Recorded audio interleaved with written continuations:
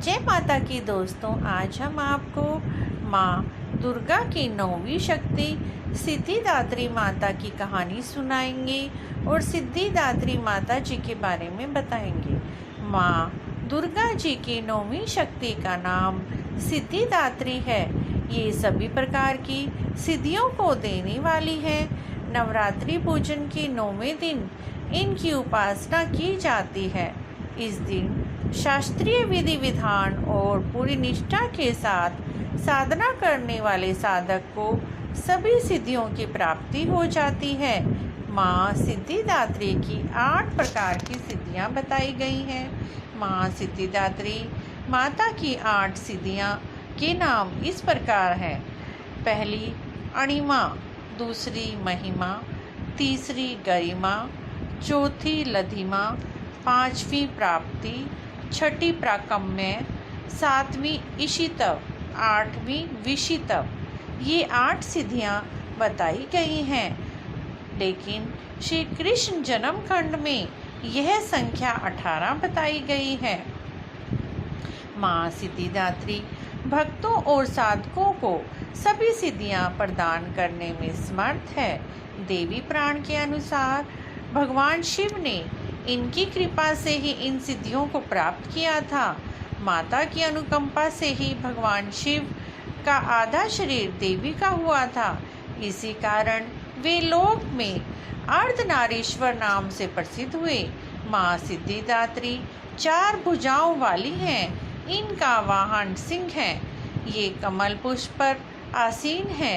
इनकी दाहिनी हाथ के नीचे वाले हाथ में कमल पुष्प है।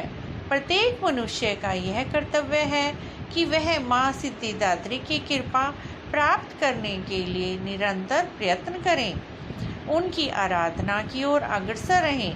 इनकी कृपा से अनंत दुख रूप संसार में निर्लिप्त रहकर भी सारे सुखों का भोग किया जा सकता है। यही माता मोक्ष को प्रदान करने वाली है। नवदुर्गाओं में माँ सिद्धिदात्री अंतिम है।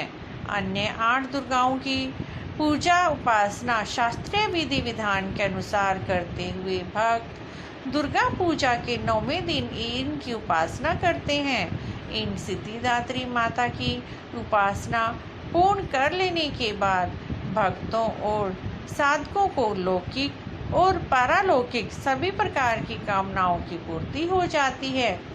सिद्धिदात्री माँ के कृपा पात्र भक्त के भीतर कोई भी कामना शेष नहीं बचा सकते। अर्थात सिद्धिदात्री माता की कृपा होने पर मनुष्य की कोई भी कामना शेष नहीं बचती। उनकी सभी कामनाएं पूर्ण हो जाती हैं, चाहे वह कामनाएं संसारिक इच्छाएं आवश्यकताएं हों या किसी भी तरह की हों।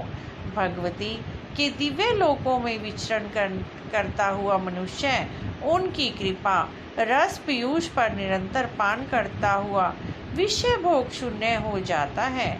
माँ भगवती का परम सानिध्य उस भक्त को प्राप्त हो जाता है। माँ के चरणों का यह सानिध्य प्राप्त करने के लिए मनुष्य को निरंतर नियम निष्ठ रहकर उनकी उपासना करनी चाहिए। माँ भगवती का स्मरण, ध्यान, पूजन हमें इस संसार की अराजकता का बोध कराते हुए वास्तविक परम शांति दायक अमृत पद की ओर ले जाने वाला है। इनकी आराधना से जातक को सभी प्रकार की 8 सिद्धियां प्राप्त हो जाती हैं। आज के युग में इतना कठिन तप करना संभव नहीं है, लेकिन माँ सिद्धिदात्री की कृपा प्राप्त करने के लिए, उनकी सिद्धियां प्राप्त करने के लिए माँ की उपासना मनुष्य को निरंतर करते रहना। माँ से यही प्रार्थना करेंगे कि सभी को माँ की 8 सिद्धियां प्राप्त हों। माँ का आशीर्वाद सभी पर बना रहे। कहते सुनते सभी की मनोकामना माँ सिद्धिदात्री माता पूर्ण करें। जय माँ सिद्धिदात्री। अगर मित्रों आपको सिद्धिदात्री माता के इस 9वें रूप की कथा अच्छी लगी है तो प्लीज़ कमेंट बॉक्स में जय माता की अवश्य लिखें। मेरे चैनल को सब्सक्राइब जरूर करें। जय माता की दोस्तों।